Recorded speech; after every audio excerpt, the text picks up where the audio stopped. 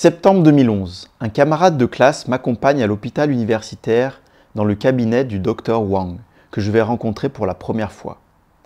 Dr Wang est un médecin chinois spécialisé dans les maladies complexes. Après plus de 50 années d'exercice, il devrait normalement être à la retraite, mais continue les consultations encore 4 demi-journées par semaine. Quand je rentre dans son cabinet, il est déjà avec une patiente et plusieurs autres personnes attendent leur tour. Il y a également quelques étudiants qui sont là pour l'assister durant les consultations. Dr Wang est extrêmement concentré. Il est en train de prendre le pouls de la patiente. Personne ne parle. Je reste figé là, en l'observant, et je ne peux m'empêcher de sourire et de me dire « c'est ça que je veux apprendre ». À cet instant, pour moi, cela ne fait aucun doute. L'art du diagnostic et la prise du pouls sont le cœur de la médecine chinoise. Le diagnostic par le pouls est sans doute un des apprentissages les plus difficiles en médecine chinoise. C'est quelque chose que l'on ressent et non quelque chose que l'on peut voir. Si quelqu'un ne nous guide pas en nous faisant ressentir les différentes formes de pouls, il est très difficile de les différencier seulement avec leur description. Un peu d'histoire. La prise du pouls était utilisée depuis longtemps en médecine chinoise, mais c'est le médecin Bian Xue, né en 407 avant Jésus-Christ, qui a vraiment développé et diffusé le diagnostic par le pouls tel qu'on l'utilise aujourd'hui. On peut noter également l'ouvrage spécialisé consacré à la pucologie de Li Shizhen au XVIe siècle, où il décrit les 28 formes de pouls qui font toujours référence aujourd'hui. Traditionnellement, la prise du pouls se faisait à différents endroits sur le corps. Un point en haut du corps pour le foyer supérieur, estomac 9, Zhen Ying. Un point sur le bas du corps pour le foyer inférieur, rein 3, Tai Xi ou estomac 42, Chong Yang, et le pouls radial pour le foyer moyen. Mais de nos jours, c'est la prise du pouls radial qui est majoritairement utilisée. Elle présente plusieurs avantages. Elle est pratique, rapide et permet d'avoir une image de l'ensemble du corps. C'est celle dont nous allons parler aujourd'hui. Comment prendre le pouls? Tout d'abord, il faut être dans un environnement calme. Le patient et le praticien sont assis l'un en face de l'autre, les bras et les épaules détendus. Le patient place ses poignets sur un petit coussin, sensiblement au même niveau que le niveau du cœur. Il est conseillé de prendre le pouls pendant au moins 50 pulsations, ce qui correspond à un tour complet du sang dans l'organisme. En pratique, cela peut varier entre 1 à 3-4 minutes. Il n'est pas conseillé de rester moins longtemps car on peut facilement passer à côté d'une irrégularité dans le pouls. Le pouls radial se prend sur l'artère radiale de l'avant-bras, juste avant le poignet, à 3 endroits que l'on appelle les 3 loges. Pour ce faire, on utilise 3 doigts, l'index, le majeur et l'annulaire, chacun sur une loge. La main gauche du praticien sur le poignet droit et la main droite du praticien sur le poignet gauche. On place d'abord le majeur au niveau de la styloïde radiale, puis l'index et l'annulaire de part et d'autre. La position du majeur est appelée la barrière, guan en chinois. C'est la charnière entre le ciel et la terre, là où s'épanouit l'homme. On y évalue l'état des organes de la digestion logés dans le foyer moyen, la rate et l'estomac à droite, le foie et la vésicule biliaire à gauche. L'index est placé à la position appelée le pouce, cun en chinois. On l'appelle ainsi parce qu'elle est la plus proche du pouce.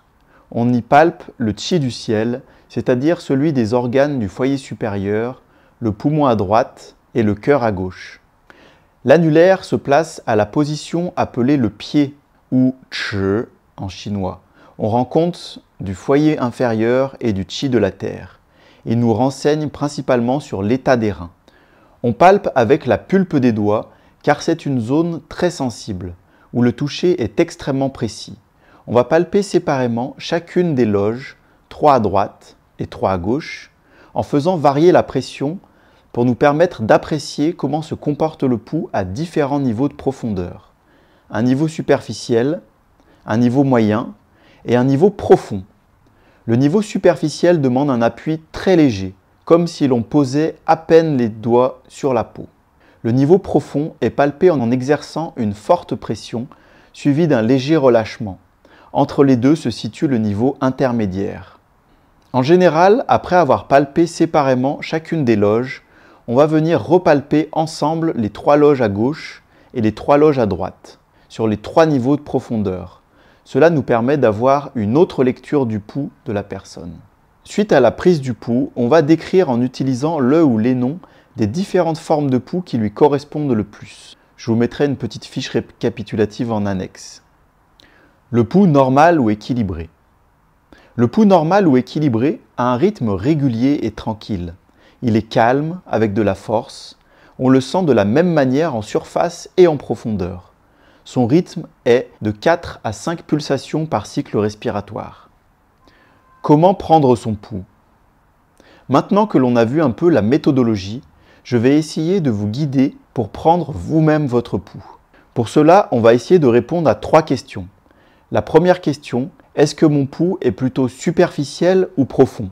Cette question va nous permettre de localiser si le problème se situe en surface ou en profondeur. Superficiel signifie qu'on le sent principalement à la surface et non pas en profondeur. C'est l'inverse pour le pouls profond. Au début, il faut essayer d'exagérer un peu la prise du pouls aux différents niveaux de profondeur pour voir celui qu'on sent le mieux. Un pouls superficiel nous indique qu'il y a une maladie de surface, comme une attaque externe par une des énergies climatiques, vent, chaleur, froid, humidité, sécheresse, canicule. Un pouls profond nous indique qu'il y a une maladie interne. La deuxième question, est-ce que mon pouls est plutôt fort ou faible? Cette question va nous permettre de définir la nature de la maladie. Fort signifie que vous allez bien sentir la pulsation qui va venir taper sous vos doigts et qu'il est difficile de l'arrêter. Faible signifie que la pulsation est peu présente et que l'on va facilement l'arrêter. On peut avoir en tête l'image d'un tuyau d'arrosage que l'on va écraser pour tenter d'arrêter la circulation de l'eau. Plus le diamètre du tuyau est petit, plus le débit est faible et plus cela va être facile de l'arrêter. Au contraire, si c'est une lance à incendie avec un diamètre important et un fort débit, cela va être plus difficile. Le pouls faible signifie qu'il y a une déficience. Le plus souvent, on parle de déficience d'énergie et de sang, ou que les fonctions des organes sont faibles. Le pouls fort est le signe qu'il y a un excès, le plus souvent de yang ou de chaleur.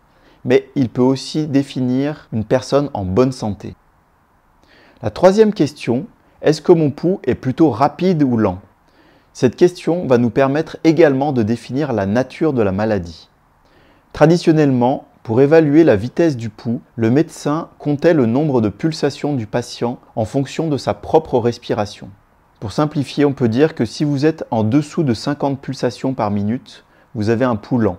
Et si vous êtes au-dessus de 70 pulsations par minute, vous avez un pouls rapide. Un pouls lent est le signe de froid interne ou de déficience de yang. Un pouls rapide est le signe de chaleur interne ou de déficience de yin. À noter, si vous êtes sportif, il est normal d'avoir un pouls lent. Si votre pouls n'est ni superficiel ni profond, ni fort ni faible, ni rapide ni lent, alors vous avez un pouls qui est plutôt équilibré. Voir s'il correspond à la définition que l'on avait fait juste avant du pouls normal. En répondant à ces 3 questions, on va déjà avoir une bonne idée des principales caractéristiques du pouls.